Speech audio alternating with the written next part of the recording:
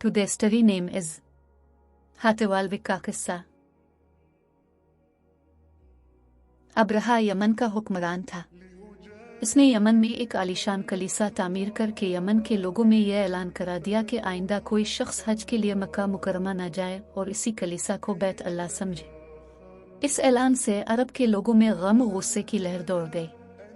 फिर इनमें से किसी शख्स ने रात के वक्त इस कलीसा में जाकर गंदगी फैला दी।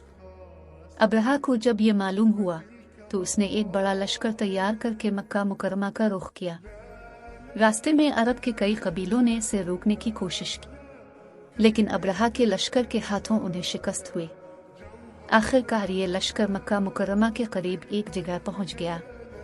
अगली सुबह जब उसने बैतुल्लाह की तरफ बढ़ना चाहा तो इसके हाथी ने आगे बढ़ने से इनकार कर दिया।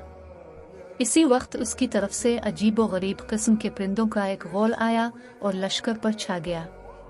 हर परिंदे की चोंच में 3-3 कंकर थे, जो उन्होंने लश्कर के लोगों पर बरसाने शुरू कर दिए। इन कंकरों ने लश्कर के लोगों के जिस्मों को चीर कर रख दिया। ये अजाब देखकर सारे हाथी भाग खड़े हुए। लश्कर के सिपाहियों में से कुछ वही हलाक हो गए और कुछ जो भाग निकले वो रास्ते में मर गए। अब्रहा के जिस्म में ऐसा जहर सरायत कर गया कि इसका एक एक जोड़ गुल सड़कर गिरने लगा। इसी हालत में उसे यमन लाया गया। वहां उसके सारे बदन से खून बह बह कर खत्म हो गया। इसकी मौत सबसे ज्यादा इबरतनाक हुई।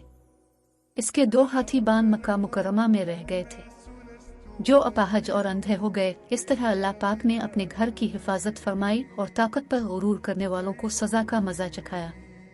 कुरान पाक की सूरा फेल में अल्लाह पाक ने इस वाक़ये को यूं बयान फरमाया, ने ना देखा कि तेरे रब ने हाथी वालों के साथ क्या किया, क्या उनके मक्र को बेकार नहीं कर दिया और उन पर परिंदों के झुंड भेज दिए, जो उन्हें मिट्टी और पत्थर की कंकरियां मार रहे थे, बस उन्हें काहे हुए भूसे की तरह कर दिया। आयत अत्ता।